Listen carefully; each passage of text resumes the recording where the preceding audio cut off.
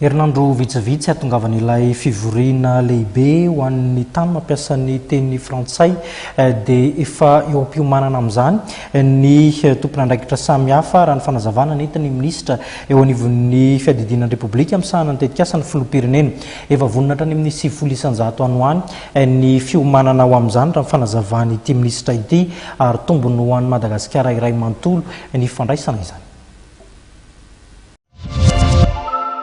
Na dia tao amin'ny renivohitra eto Antananarivo aza no andrasana ny fianambendreo tany amin'ny teny frantsay dia Madagasikara iray manontolo no voakasika sy azo tombotsoa amin'izany.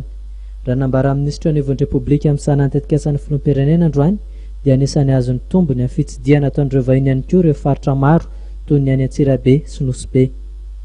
Ireo vahiny ireo mety andeha ho any amin'ny faritra ihany koa satria maromaro amin'izareo ihany mbola hijanona kely. Irotona tsy tiany fotsiny fa misy ny ataontsika hoe ny mpanjaka ny Maroka dia moany Antsirabe. Alohan'ny andraisana francophonie dia misy ny fifandraisana miaraka amin'ny journaliste eran-tany ho any Antsirabe ihany koa. Izany rehetrarehetra izany dia zavatra lehibe ho any Antsirabe. Mety misy ihany koa no ho any Manakara, ho any Toamasina.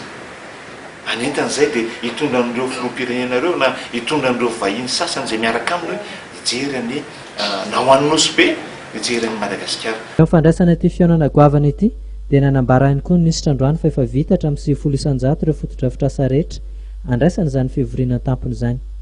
Efa empamaranana ny fanamboarana azy ireo ankehitriny ireo orinasa manatanteraka izany ho hatrany ny minisitra Narsson Rafidimanana androany.